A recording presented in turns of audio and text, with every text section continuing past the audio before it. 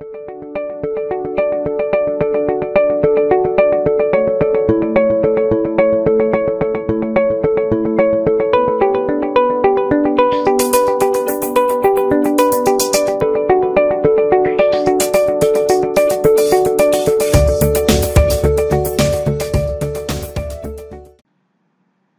प्रश्न आहे, what is an account?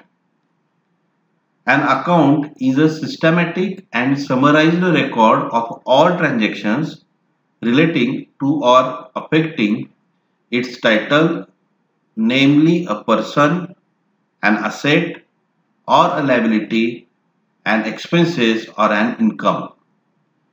Account म्हणजे मराठीमध्ये ज्याला आपण खातं असं म्हणतो, एका विशिष्ट व्यवहाराच्या नोंदी एकत्रितपणे करणे याला अकाउंट असं म्हटलं जातं. उदाहरणार्थ बघा, बऱ्याच वेळेला बिझनेसमध्ये वेगवेगळे व्यवहार होत असतात आणि जेव्हा त्याच्या नोंदी आपण वेगवेगळ्या ठिकाणी ठेवतो, उदाहरणार्थ इथं असं म्हणता येईल आपल्याला purchase account, sales account, bank account, income account, cash account, credit account, assets account.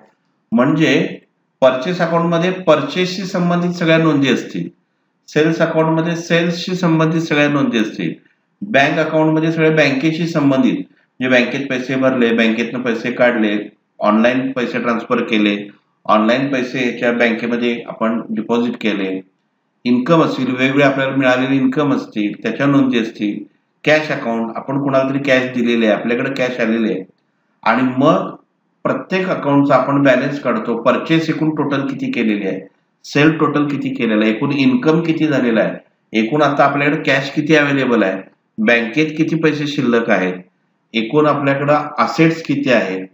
अशा सगळ्या गोष्टी आपल्याला अकाउंटमुळे बघायला मिळतात. म्हणजे थोडक्यात अकाउंट म्हणजे एका विशिष्ट व्यवहाराशी संबंधित नोंदी एकत्रित ठेवणे यालाच अकाउंट असं म्हटलं जातं.